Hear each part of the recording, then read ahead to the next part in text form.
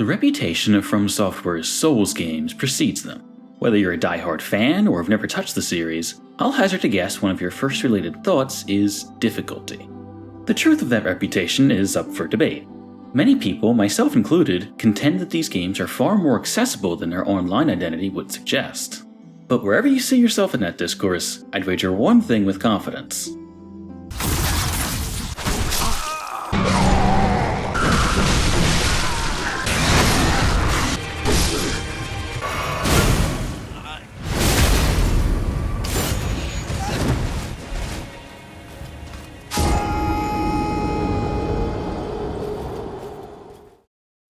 You probably haven't beaten these games hitless. Unless you're among the few speedrunners who have transcended the need for a health bar, it should probably go without saying that healing is a pretty important mechanic. You will be taking damage, and you will be needing to recover from it. In that regard, the way you heal is as much a defining mechanic of these games as dodging, attack commitment, or the stamina meter. Yet unlike those examples, the specifics of healing have enjoyed much less stability between games, to the point I'd call it one of the most iterative mechanics in the series. I'd like to take a comprehensive look at that path of changes, examining the entirety of their evolution from Demon's Souls to Elden Ring. Specifically, I want to explore what changes were made from each predecessor, why they were made, and how successfully they suit the rest of the game's design. For better and worse, each system has more to say about their game's identity than you might think.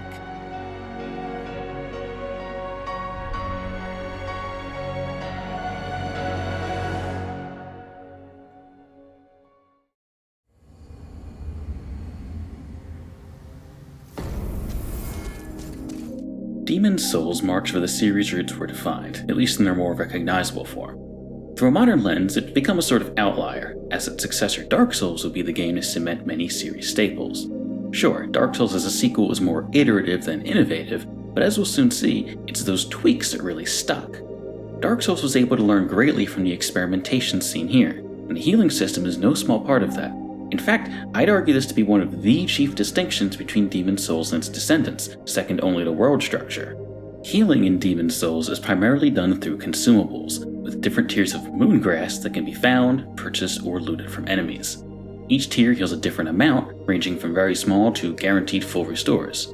What's most important here isn't that the healing is split into these different levels though. No, the defining trait of moongrass is that it's a true consumable, treated like any other. That means you can hoard it, and any you consume is gone for good. And unlike future systems, you can hold as much moongrass per tier as you can find. It's worth noting that this is something the PS5 remake actually tweaked a little. Each tier now has a max cap to what you can hold, in addition to increased weight for the higher tiers. It's a very understandable change, but it doesn't go nearly far enough to solve the biggest trouble of the grass system. You can have virtually unlimited healing in your pocket at any time. This means that you have very little to fear from anything that can't one-shot you, assuming you're well stocked. As long as you're willing to farm grass from enemies or invest souls into buying a stockpile, you can brute force your way through any challenging section or boss. The opposite is also true. Being understocked at any point incurs a huge increase to the stakes of combat. This could very generously be viewed as a form of adaptive difficulty, but I think that's a flimsy argument. In practice, it fails to set expectations to the player for how much healing they should need to get through a fight.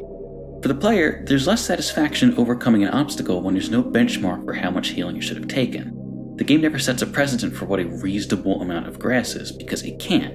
And for the level designer, it becomes impossible to balance a section of gameplay, because there's no telling how equipped the player is to recover from mistakes. They could have completely run out of grass and now have to get through huge stretches of combat unscathed, or they could have an entire hospital in their inventory and brush off any damage they take without concern. Moongrass also has the side effect of devaluing alternative healing sources, namely miracles. Faith builds get slim pickings in the first place here, yet options like heal and recovery are more or less irrelevant. They're generally slower to cast than just consuming grass, and furthermore dig into your limited supply of MP and miracle slots. This is even further watered down by the Regenerator's Ring, which grants a gradual stream of passive health recovery. With this, you'll always stay topped off while exploring before entering more danger. Does any of this ruin Demon's Souls? No, not at all. But it does go to show how relaxed From's approach to health design was at this point. Healing grass, passive recovery items, unlimited consumables, none of these are necessarily a wrong approach, but they don't fully play into the game's structural strengths either. Moongrass's nature as an unrestricted consumable enables a nearly infinite health pool. which not only diminishes the concern of taking damage, but overshadows potentially more interesting options. At its best, it just doesn't complement the rest of the game very well. At its worst, it removes any possible stakes from combat, a problem which was clearly recognized going forward.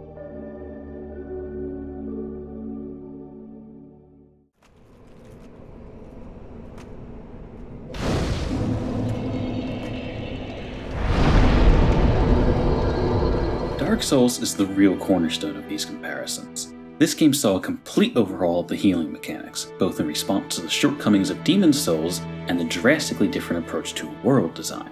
Whereas Demon's Souls had 5 isolated levels broken up by bosses, Dark Souls uses a single interconnected world with branching paths, unexpected connections, and secret passages.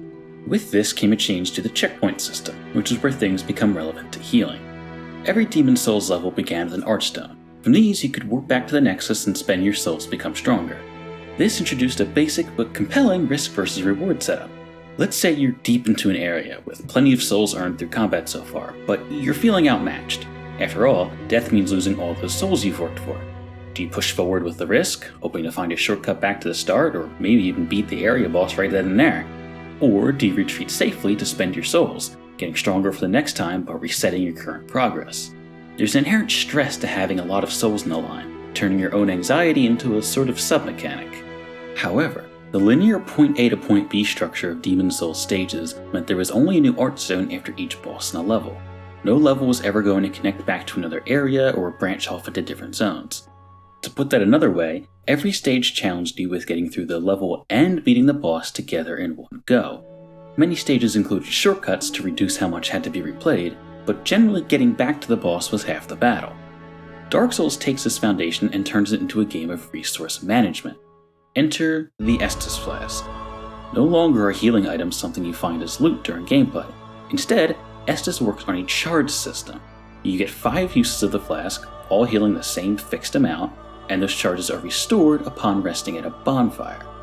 If you're not too familiar with the games, it might sound like the low number of heals is what separates this from the Demon's Souls system.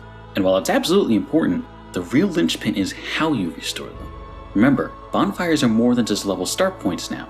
Locations in the world frequently loop around themselves, opening new ways to get from the bonfire to your destination with less danger. Sometimes this is a contained shortcut on the way to a boss, and other times there are connections spanning across entirely separate areas. Combine that with their function of restoring your Estus charges, and suddenly bonfires themselves are an essential resource. The greatest accomplishment of the Estus Flask, which enables all of its secondary benefits, is that it forces the player to take their health seriously. Each charge of Estus can be seen as an allowance of mistakes. Let's take one of the problems with Moongrass from earlier for a comparison. With Estus, there's no ambiguity as to how much healing the player should be expected to use between one bonfire and the next. You have 5 heals, anything else is a bonus. That means a difficulty curve can be designed not just in the new types of enemies you face, but in the sheer distance between bonfires. Over the course of the game, you're often challenged to get through increasingly long stretches before the next bonfire, demanding that you play cautiously and conserve your limited heals as much as possible. This becomes especially noticeable in places like Blighttown, where the distance between each bonfire is vast and easily whittles down your Estus charges. Blighttown also doubles as an excellent example of how the Estus system benefits overall world design, not just in a vacuum. Prior to gaining the Lord Vessel late into the game, you can't teleport between bonfires, so with each bonfire you discover, you're pinning yourself deeper into enemy territory. As you push further into an unwelcoming place like Blighttown, your chances of retreating all the way back to the comfort of Firelink Shrine dwindle. Dark Souls is excellent at making you feel truly stranded in a bleak and oppressive environment. So of course, that makes the sight of a bonfire all the more relieving. They're your only friend after all, but that wouldn't be the case if these weren't also a sign of restored healing. Having a fixed amount of Estus healing adds layers of decision making that Demon's Souls just couldn't generate. For instance, you might not always want to heal after taking just a bit of chip damage, since you're wasting some of the heal. If you really want to stretch your resources, you should wait until you take more damage and maximize your value from a single charge. But that creates risk as opposed to topping yourself off, since that could very well make the difference between life or death if you take a stronger hit. This is especially relevant during bosses. You may be more willing to top off if you're doing well and feel you can afford to be a little wasteful. At any point in a boss fight, you could view the ratio of your remaining Estus charges to the boss's remaining health as a kind of race. If the boss is nearly dead and you have several charges left, you effectively have the lead. If you take some bad hits early, now you're playing from behind and you really need to conserve what you have left. In this sense, flask charges can be used to benchmark your progress in a boss attempt, reaching X amount of health on the boss while still having Y charges left. Of course, getting to use every charge isn't a total guarantee. You still need to play well enough to create those opportunities for yourself. See, an important trait across all these games I've avoided mentioning so far is that healing is not immediate. Using Moongrass, Estus, Miracles, and anything else all cause the player to pause for a moment before the recovery occurs. It's a brief window, but a vulnerable one nonetheless. If you take damage, you still want to be looking for openings in the enemy's attacks, but you'll use that opportunity to safely heal instead of retaliating. It's the same principle, but now you're on the defensive. This adds to the flow of fights as you carefully assess whether you have enough time to heal, or if you'll get attacked in the middle and put yourself in even worse condition. Also returning from Demon's Souls is the inclusion of boss runbacks. Bonfires are rarely placed right outside of a boss. Instead, you'll have to fight your way back from what is usually a more distant checkpoint, getting through any dangers along the way for another shot at the fight. This has always been a polarizing design choice even among fans, but whatever your feelings on them, I'd argue Dark Souls 1 at least does this with purpose. The Estus Flask puts these boss runs into a new perspective, since the success of your journey is now synonymous with how much healing you have for the boss itself. Even if you die, it then becomes a challenge of not just getting back, but getting there with as many Estus charges as possible. You go from scraping through an area to mastering it, maximizing how many mistakes you can afford in the boss battle. Level design hugely plays into why this healing system works so well. But there's still another layer to all this, one which I'd argue really pushes it into genius territory: kindling. So the Estus Flask has 5 charges by default, but this can be doubled to 10 by kindling a bonfire with humanity. Afterwards, resting at that bonfire will always refill your flasks to 10 charges. Humanity itself is a somewhat scarce resource, limited enough that you don't want to kindle every bonfire you come across. But for bonfires in places you're having trouble in, it's a valuable investment that can greatly alleviate an area's difficulty. Suddenly the area, the boss runback, and the boss itself all become twice as forgiving. What this creates is a built-in dynamic difficulty system. It's perfectly possible to ignore this feature and beat Dark Souls without ever kindling, especially on repeat playthroughs, but a player who's struggling in certain areas has the option to give themselves much more wiggle room, affording extra mistakes for a tough section. You eventually receive the Rite of Kindling, allowing you to kindle further to 15 and 20 flask charges. Even this presents its own interesting test of player choice, as the rite can be obtained at the very start of the game, but only through an area much harder than the intended path. A daring and knowledgeable player can take on the early challenge and be rewarded with a massive advantage for much of the game. Kindling is a practically perfect form of difficulty scaling, all without doing a thing to actual enemy stats. Where Demon's Souls struggled to find solid footing for balanced healing mechanics, Dark Souls took that lesson and stuck the landing. Estus, bonfires, and kindling are all the perfect complementary mechanics to suit the game's structure. This solves a lot of limitations Demon's Souls inadvertently created as well. Secondary healing like miracles were nearly pointless before, but in Dark Souls they're an excellent asset to conserve Estus. Humanity can be consumed for a large heal as a sort of desperate move, spending a finite resource but possibly saving your life. Even some niche options come into the mix now. A ring that heals you for a little bit on each enemy kill would have been a joke in Demon's Souls, but here, it's a legitimately viable option that can save you Estus. If there's any doubt in how seriously Dark Souls considered its healing systems, look no further than the Divine Blessing. This is a consumable, and a tremendously rare one at that. There are only a few of these accessible in an entire playthrough, framing it as a very precious exception to the strictness of Estus limits. Just one more free heal is treated as a major privilege which should be saved for truly desperate occasions. The careful balance of this healing system enables interesting design possibilities and meaningful options to interact with. Estus and its surrounding mechanics are an absolute improvement on their Demon's Souls roots. So where does the direct sequel go from here? Play it safe with what worked before? Or reinvent the wheel again as Dark Souls did for its predecessor? Dark Souls 2 answers with something in between.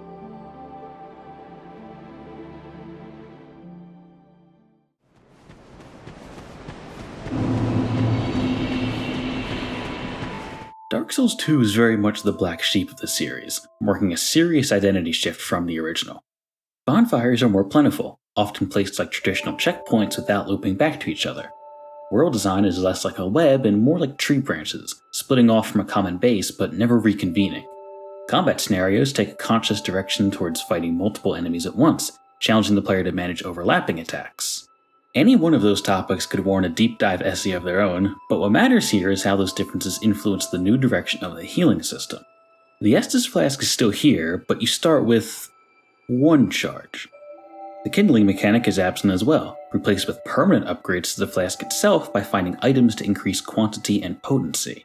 Now, Dark Souls 1 also had a few potency upgrades via items, and it was generally balanced to heal roughly half of your maximum HP, assuming you had a reasonable amount of vitality.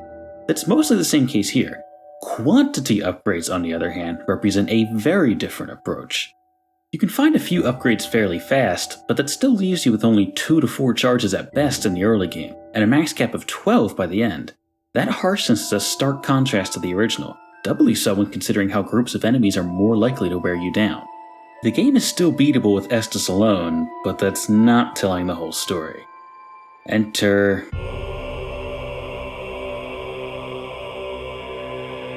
Life Gems are a surprising return to form with a consumable-based system, healing gradually but still for a generous amount. Life Gems are commonly found as loot and enemy drops all across the game, and can be endlessly purchased at a low price. By now, I think you can guess what this translates to in practice. You have effectively infinite healing available at all times. We've already seen some of the problems this created in Demon's Souls. Alternative healing sources are less valuable, chip damage stops mattering, and it creates a system where you're more inclined to trade blows carelessly than really watch for clean counterattack opportunities. That's all familiar. What's arguably worse is how this degrades the bonfire mechanic and everything that hinges on it by association. No longer are you making trips from the bonfire with the mindset of minimizing mistakes to conserve a precious resource. Life gems don't replenish upon resting, and realistically you'll never run out. So what incentive does the player have to play cautiously or keep themselves in good shape for an upcoming boss? To that extent, Dark Souls 2 gravely misuses boss runbacks. Sometimes a boss will have a bonfire right outside their room, even pushovers like Deacons of the Squeak here. This is generally wasted on bosses that don't need the handicap, but it's inoffensive enough. Now, the real problem is the opposite, its tendency to pit you against the cruelest runbacks in the series without purpose. These lose all meaning when resource management is removed from the equation. There's no incentive to be careful, and without that, you're just left with the frustration of a punishing, drawn-out gauntlet before every attempt at a boss. I said before that Dark Souls 2 is still perfectly possible to beat with just the Estus Flask, utilizing its limited charges and ignoring life gems, but it's even more feasible to do the opposite, toss aside Estus and heal only through your bottomless stash of life gems. After all, what's the real advantage of using Estus? Like in Dark Souls 1, consuming Estus takes a moment, but a moment might be understating it here. You don't just drink Estus here, you enjoy it. Even once your character finishes savoring, the heal isn't nearly as rapid as it once was. Compare that to life gems. You still have to pause your actions and find an opening, but you're allowed to still slowly move, which is more forgiving as you backpedal from an enemy. You consume life gems faster as well, and although the gems are advertised as a gradual heal, they're really only marginally slower than Estus. This rarely makes a serious difference, especially when even the weakest life gems still recover for a solid amount of HP. All this is to say that life gems aren't a supplemental healing source, they're the clear best option. Even putting aside life gems, there's a whole collection of other healing consumables. Divine Blessings are back, but they're a sideshow compared to the menagerie of other random options. This might sound like a petty point to bring up, but I think it's vital to highlight just how much less seriously Dark Souls 2 takes healing. Nothing demonstrates that better than the Ring of Restoration, the return of a passive regen ring available from the very start of the game. The Estus Flask still exists, but not in spirit. Having so much else to fall back on marks a clear, intentional shift in design focus. None of this is to say Dark Souls 2 is a super easy game, though it's not. In fact, a lot of general complaints surrounding the game relate to how it creates difficulty through instant kills, surprise attacks, and mobs of enemies, which are often perceived as cheap. And while I don't totally disagree with that assessment, I see it as a natural consequence of the game's internal crisis with player healing. Dark Souls 2 forced itself into using underhanded tactics, because how else can you engage the player if they shrug off anything short of lethal damage? If we view healing items as an extension of your health bar, life gems make that bar effectively infinite. Situations that should be able to whittle you down with chip damage instead have any possible tension stripped of them. It's no surprise then that rapid deaths are relied upon for any real threats. Likewise, the game's best bosses are the ones that emphasize a tight tempo to their attacks. The Pursuer, Smelter Demon, Sur Elan, bosses like these see the most success because of how they lead into slimmer windows between attacks. Unlike Dark Souls 1, the pressure isn't coming so much from a dwindling supply of heals, but the difficulty of getting those heals off successfully.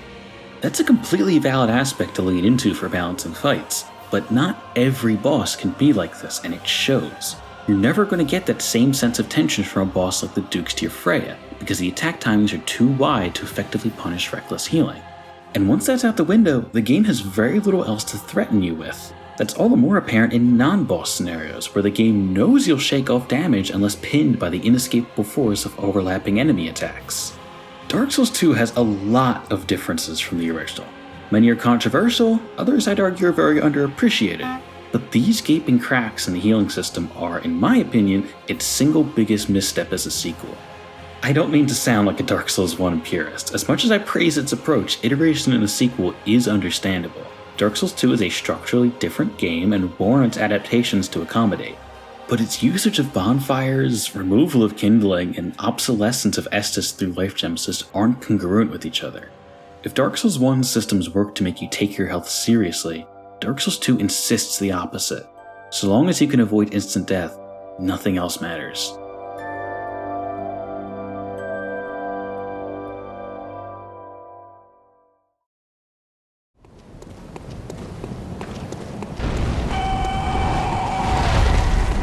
So if Dark Souls 2's healing system dropped the ball as a sequel, what about that of a spin-off?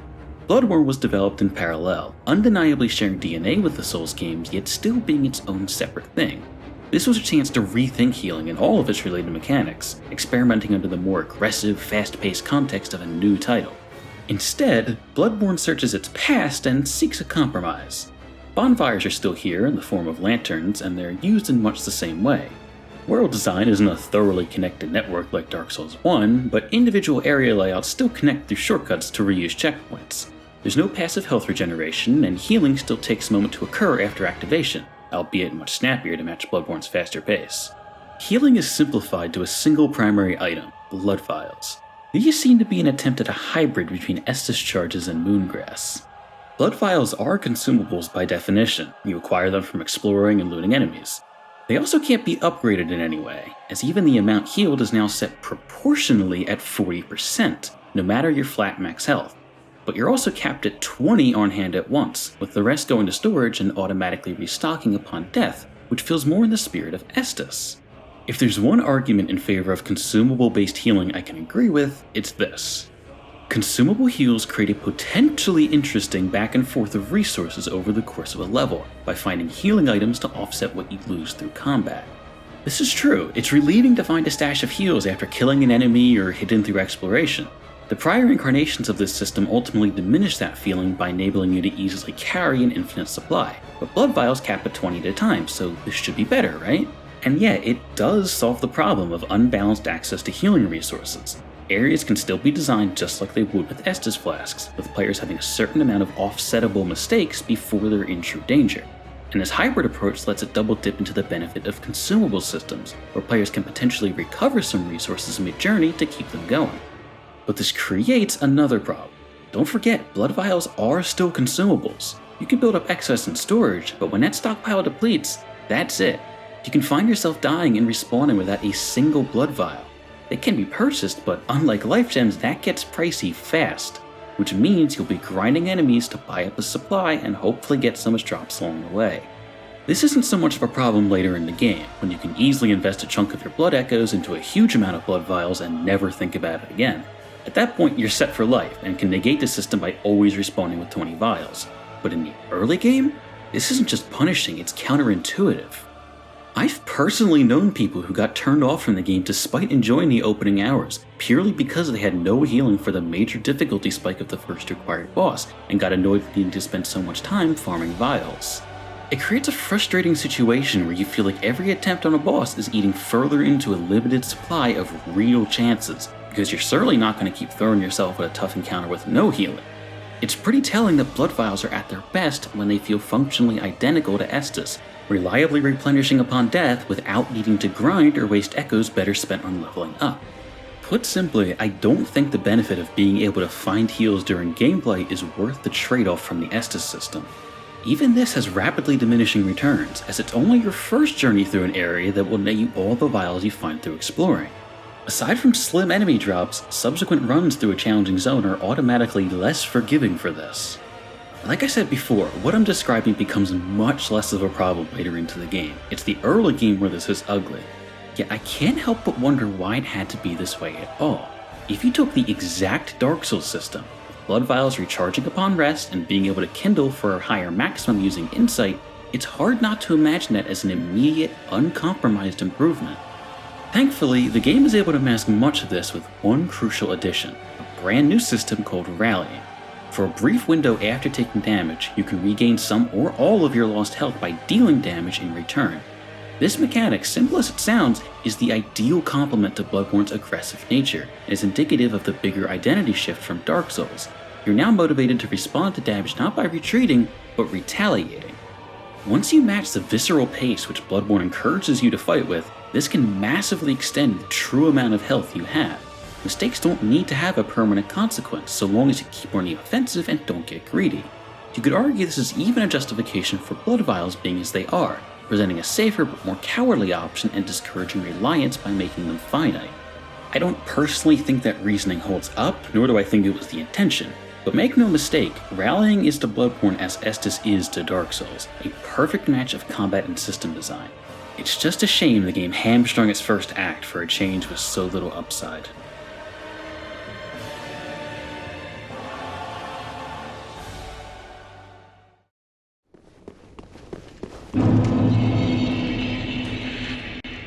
This puts Dark Souls 3 in an interesting position. On one hand, it can't continue the best innovation of its most recent predecessor. Rallying, great as it is, doesn't match up with the more cautious style of Souls combat. It encourages the wrong habits in this context. What Dark Souls 3 does get to do is examine the history thus far and learn from the mistakes.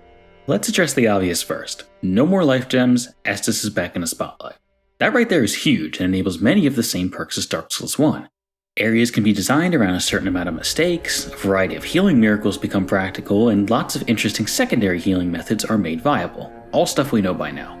Familiar territory doesn't end there either. Borrowing from Dark Souls 2, the flask can be upgraded in both quantity and potency. Like before, the time you find potency upgrades more or less keeps your heal power in line with half of your max HP, while quantity upgrades address their previous biggest problem. You now start with 4 flasks, keeping the early game reasonable without life gems to fall back on. It's a simple thing, but this immediately makes Estus more appealing out of the gate than it ever was in Dark Souls 2. Even healing speed is back to being snappy, fully asserting Estus as the primary healing system once more. It even confronts one of the more notable impurities in Dark Souls 1, humanity healing. Returning to your human form in the original cost humanity, which also gave a full heal upon use. This was clearly meant to be a secondary thing or at most an emergency save, but if you knew what you were doing, you could stockpile enough humanities to pretty much break the healing system the same way life gems do. I didn't address this at the time since it's not something most people would think to do, especially not on a first playthrough, but with Dark Souls 3 returning to a similar system in Embers, it had to be fixed. Very simply, this is done by only allowing an Ember to be used if you aren't already Embered. There's no counting system like in the original, so this system can afford to be more binary. Remains a last stage healing option, but not a game breaker. Far more interesting is the way Dark Souls 3 attempts to compromise on the efforts of Bloodborne's vial system. Estus still restores its charges at bonfires like the original, but there's now a secondary system at play here. Killing enough enemies will occasionally restore a flask charge, extending the amount of mistakes you can make down the stretch. In practice, this isn't a totally game-changing addition, especially with the inconsistent generosity of bonfires, we'll get to that, but it is the cleanest approach to this system so far. The main benefit of consumable heals is that you can find them during gameplay as a form of relief. This didn't scale well in Demon's Souls or Bloodborne since loot pickups were one-time only, putting subsequent runs at a disadvantage. By making this restoration a hands-off system that doesn't work the same way as actual item pickups, the game can reward you with these bonus charges without hurting the integrity of bonfires. After many tries, Dark Souls 3 finally got the best of both worlds. Except there's a caveat. Dark Souls 3 upgrades your flask capacity over time through items, just like Dark Souls 2. Here, however, this caps at a towering 15 charges, and that's without accounting for the extra charges you'll gain from the pseudo pickup system. Sure, you weren't at that maximum right away, but you'll still likely be around 10 by the mid-game. I won't belabor the point about kindling again, but by now I think you can see what a contrast this is. So that's a lot more wiggle room the player is getting, but it's appropriate if the player has larger areas to work through, right? Well, ostensibly yes, but this is where we circle back around to the game's inconsistent bonfire usage. Dark Souls 3 is racked with indecision on how it wants bonfires to be used. While the world isn't very interconnected, in isolation some areas are deeply reminiscent of the Dark Souls 1 level design philosophy. Two places that come to mind are Cathedral of the Deep and the Grand Archives, both huge levels with multiple midway shortcuts linking back to a single bonfire. These are expansive areas, big and threatening enough to whittle down your larger supply of Estus charges at a balanced rate. So it's a wonder why I can only say that about a few cherry-picked examples and not the entire game, because in reality, most of Dark Souls 3 barely even attempts to continue this careful stinginess. In most other cases, bonfires are used as simple checkpoints akin to Dark Souls 2, often in bafflingly close proximity to one another. Unsurprisingly, this creates a similar problem of bonfires carrying little weight, but where Dark Souls 2 exacerbated this issue through life gems superseding Estus, the third entry does this by tarnishing the delicate resource balance Estus relies on. So what we end up with is a situation where you have plenty of Estus charges and don't need to go particularly far before you get a checkpoint to restore them. Dark Souls 3 gets to capitalize on one of the biggest benefits of the Estus system. You can design sequences around a certain amount of mistakes, and then just doesn't do that. This isn't me pining for a more crushing experience. I won't pretend for a moment that I'm anywhere near the best at these games, and I'm not suggesting that this generosity completely destroys the game balance. But I am suggesting it dilutes the experience, because the resource management game Estus once posed has now begun to deteriorate, and all of the stakes that came with it. It's now a lot more common to comfortably reach the next bonfire with charges to spare. Without that tension, we find ourselves in a spot not all that different from Dark Souls 2, where the game struggles to threaten players with chip damage over time and instead relies on chunk damage. The problem isn't nearly as severe as it was in 2, let's be clear. Estus is still meaningfully limited unlike life gems, and combat scenarios are mostly very fair. But it's hard to not still feel those cracks in the system when you realize you've stopped caring about preserving your heals for anything that isn't a boss. There is one major effort to rectify this issue, or a symptom of the problem depending on how you look at it. There are actually two Bells of Flask types, one for HP and the Ashen Estus Flask for FP, or Magic. The evolution of the magic system in these games has its own interesting history, but this is the first time we see these two systems so obviously intertwined, as you can freely allocate your flasks between them. The idea here is sound, very sound in fact. At a high level, you can view this allocation system as a slider between attack and defense.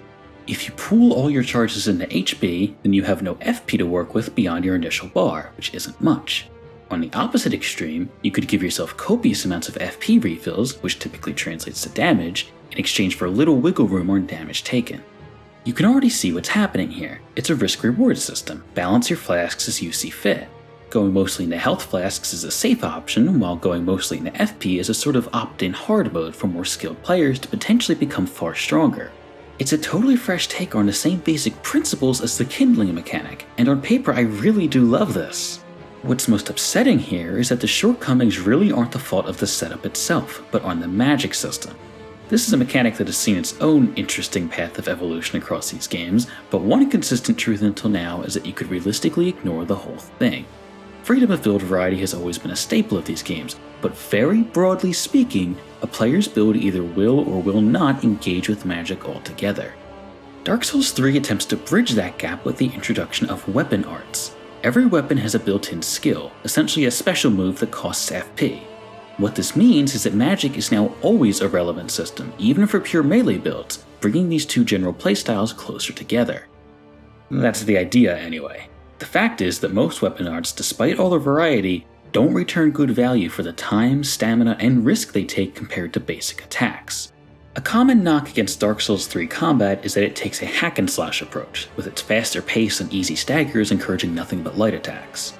I think that's a slight overstatement, but nothing makes a stronger argument for this stance than weapon arts. Even putting aside the FP cost, they are almost always slower to use than standard attacks and with less efficient results. This isn't meant as an absolute blanket statement. Certain weapon arts grant buffs instead of attacks, and there are some legitimately powerful arts among the impressive variety. The problem only really becomes pronounced when compared to the value of basic attacks. Dark Souls 3's combat is fast, with most enemies and especially bosses outputting plenty of sudden strikes. You need twitch reflexes in dodging, something you can't do when locked into dozens of flashy weapon art animations. The game is eager to punish you for trying to get off anything more than a quick counter hit, making most weapon arts feel at odds with the pace the game wants from you. I want to be extremely clear that this isn't to say weapon arts aren't worth using at all. You might as well use what you can just from what your base FP affords, which can sometimes be several uses already. But to invest in replenishing that for additional uses, considering the frequency of bonfires and the counter cost of healing charges, is a much steeper question of value.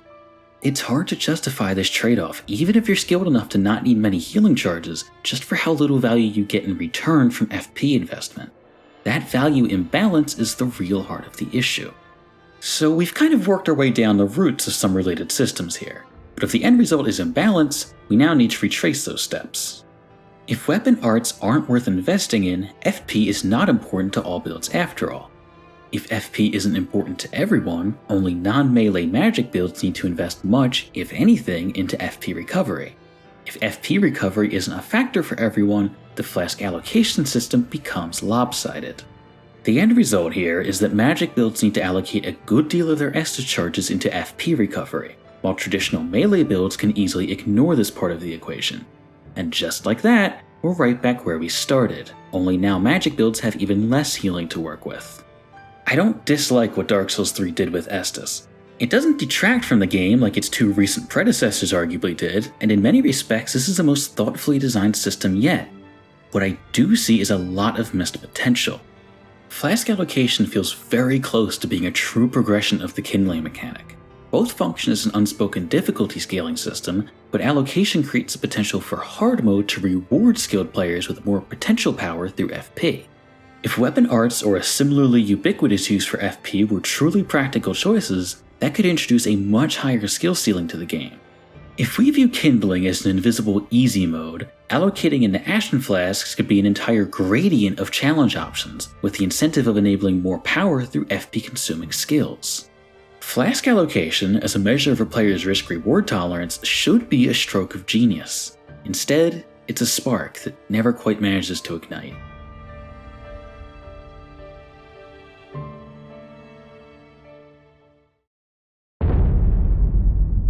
So, Sekiro's in a funny spot here. By all accounts, it's the black sheep of this list, and it's debatable if it should be counted among the rest of these games at all. Bloodborne was a spin-off too, but still clearly in the same vein. Sekiro is far more radical in its distinctions. There's no weapon choices, no online mechanics, no traditional stamina bar, and plenty of other key differences from Souls' hallmarks. Yet for all these contrasts, its healing system might play it the safest of them all. Don't think that means there's nothing to talk about though, because the way these familiar mechanics translate to such a different game wasn't done carelessly. For starters, Sekiro takes a surprising amount of notes from Dark Souls 2 of all games. You have two primary healing options, the Recharging Healing Gourd, which is functionally an Estus Flask, and consumable pellets which grant gradual healing, like life gems. Let's look at pellets first, because if you've been paying any attention, that should be setting off alarm bells. The difference here is so astoundingly simple it's a wonder what Dark Souls 2 would have looked like with the same change. You can only hold 3 pellets at once. That's it, that's a change, and yet this completely flips its relationship with Estus compared to Dark Souls 2. Now the gradual heal is your secondary measure, either for when you're out of gourd charges or you just want to recover from a lighter hit. Pellets are still accessible enough that you're unlikely to drain your storage, but having only 3 keeps the healing gourd at the forefront. So let's look at that healing gourd, because at first it seems to be inheriting another Dark Souls 2 problem. You start with just a single charge. Only in Sekiro that makes a lot more sense, because it ties into a crucial lesson this game spends its entire first third reinforcing. You are fragile in Sekiro. There's no such thing as a tank build here. You weren't meant to just tolerate some chip damage here and there. You should be striving to prevent any damage whatsoever. Sekiro blurs the line between defense and offense with its posture mechanic, which applies to both you and your enemies. Blocking attacks with good timing isn't just a cowardly playstyle here, it's how you deflect to open enemies up for killing blows. This is why starting the player off with such minimal healing potential is so important. Even the basic enemies must be taken seriously. With little means of recovery, players will tend towards playing defensively and better understand the value of deflecting over attack spamming. You'll likely have the healing ward upgraded to around 6 charges by the mid-game and 10 at the end, with a few potency upgrades along the way. You probably won't feel any less fragile at this point though, as endgame damage retains the same principles as the early game. Making any mistake still hurts, a punishing difficulty level Sekiro only gets away with for how fair and focused its combat is. Without needing to account for dozens of playstyles, ranges, and weapon speeds, Sekiro crafts what I believe to be the most thoroughly fair combat of any FromSoft game. This allows for a stingier healing system without ever feeling cruel. Sekiro's approach isn't an innovation, but it didn't need to be. It succeeds both on its own merits and, more importantly, in the context of the whole game.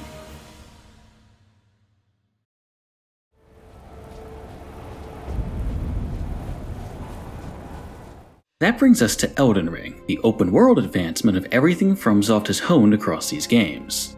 Although it lacks the Souls moniker, there's no mistaking what this is. Elden Ring is less of a mechanical spin-off than Sekiro or even Bloodborne, maintaining deep similarities from where Dark Souls 3 left off. Flask allocation between health and magic is again a central system. Now they're called this, but look, I'm just going to keep calling them Estus Flasks if that's okay. Quantity and potency can again be upgraded through items found across the game, and weapon arts return as well. That should be a good sign. After all, the failings of the Dark Souls 3 attempt weren't on the allocation mechanic itself, but the poor value of the trade-off. And yeah, it's a big improvement. Weapon arts are not only far more useful across the board, but incredibly varied.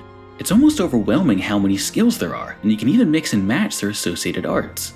This feels like a fully realized version of what Dark Souls 3 yearned to have. Like that game, this is a very pure healing system. Most recovery comes from Estus and proper mechanics like restorative incantations, not abusable items which diminish the role of flasks. Regaining flask charges from enemy kills is another subsystem that made the jump, though it's made somewhat redundant with the inclusion of these scarabs. Killing them restores a healthy amount of charges, and they're littered all over Elden Ring's vast lands. Neither of these are bad systems, but together they certainly make for a generous approach to flask refills.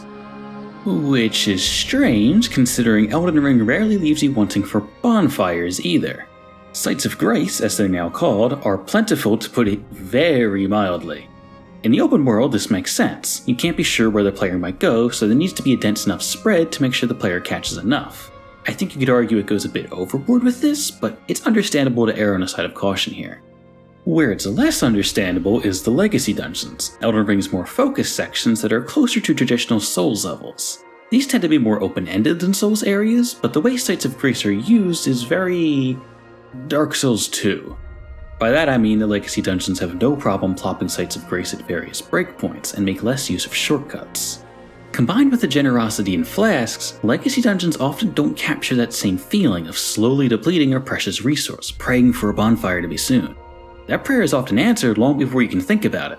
This is made even more of a non-factor in the case of bosses, with the introduction of Stakes of Marika. These are points outside just about every boss that allow you to respawn right before the entrance. You can't rest at them like a bonfire, but once you arrive at a boss, you're there. No more running back after death. Now, I don't mourn the loss of boss runs. They would have added nothing positive to Elden Ring, and their purpose had long decayed at this point. But I think it's important to examine why that is, because they certainly weren't without purpose in Dark Souls 1. As we went over, mastering the path to a boss was really a part of the boss fight itself. The more flasks you could conserve on the way there, the greater an advantage you gave yourself. The truth is that most original Dark Souls bosses weren't that hard in isolation, not accounting for the flask tax a runback typically added. But as the series went on, boss fights understandably felt the need to keep one-upping each other. Every game had harder, more extravagant fights than the last, eventually trending towards multi-phase fights becoming the norm. As insane boss battles became the main attraction of these games, you can see FromSoft pressing against the limits of what Estus Flasks were built for. So, hear me out here. My theory is that this system mismatch is a likely cause for one of Elden Ring's most common criticisms, the overtuned enemy health and damage towards the game's latter third. Now, there are whole essays just on that topic that are longer than this video, and I'm not going to open that can of worms here. But stop me if you've heard this one before. Because of Elden Ring's excess heals and frequent refills, the game can't reliably count on chip damage to compound and matter. For bosses, the design options then become to either make a fight long enough to deplete the player's entire flask supply all on its own, or make death far more likely to come from singular mistakes. The same can be said of combat in the overworld and legacy dungeons, leading to single hits in the endgame dealing enormous chunks of damage. Stakes of Marika, while absolutely the correct decision to include, can't help but magnify this problem. I want to stress that none of this detracts too hard from the experience, whether out in the world or pushing through dungeons. These environments and bosses are engaging enough even without the looming threat of running out of heals, but it does make me wonder if Elden Ring is really getting the most out of this tried and true flask system. And that's the closest I have to a thesis statement here. Estus is a brilliant system, no doubt, but it's also never been as brilliant as it was in the original Dark Souls, a game which made a lot of sacrifices for its structure. Those long, tense stretches of time without checkpoints were an inextricable part of what made Estus originally work, something which the series has only moved further away from since. Change is natural. My point here isn't that the next game should be Dark Souls 1 again, in fact it's the opposite. As more key tenets of that original design get taken in new directions, it's starting to feel overdue for healing to follow suit. The flask system works fine in Elden Ring, but just fine. It's no longer a perfect marriage of level and system design as it once was. Instead, it's a holdover, a safe choice that seems to be slowly forgetting what made it so iconic. Estus Flask solved a problem between Demon Souls and Dark Souls. 5 more games later, there are new problems to solve.